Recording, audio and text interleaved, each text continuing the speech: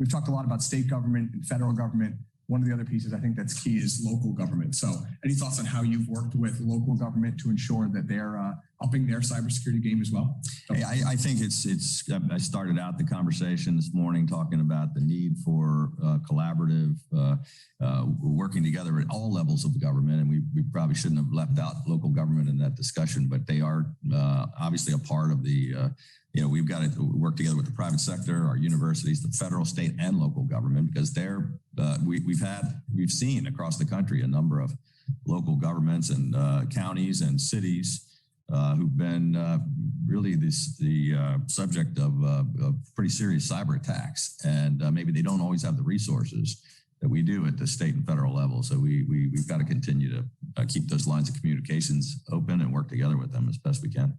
Excellent. Governor Hutchinson, any thoughts on coordination with local government? Well, I'll confess that we're probably not doing it as well as we should, but it's obviously critical. Arkansas is a state with many different small communities, but they all collect data. And we've got to do a better job of sharing with them intelligence information, but also best practices, how you can secure your networks, and also responding to those. I want to share an interesting statistic sort of in closing that it was a Deloitte study in 2020, so it's not that long ago, but it said that most states allocate less than 3% of their total IT budget to cybersecurity.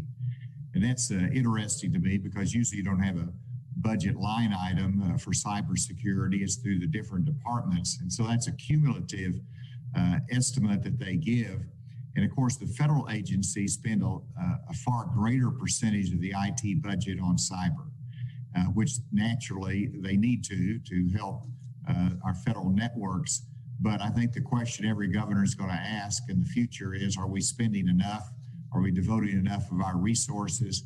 And part of that would be making sure that we are coordinating with local governments as well. Thank you, Governor. Governor Edwards?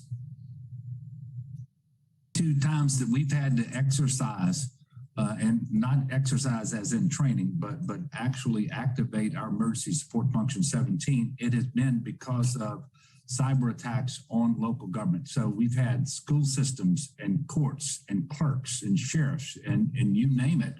And so we've been able to work with them through the structure that we have, the Governor's Office of Homeland Security Emergency Preparedness.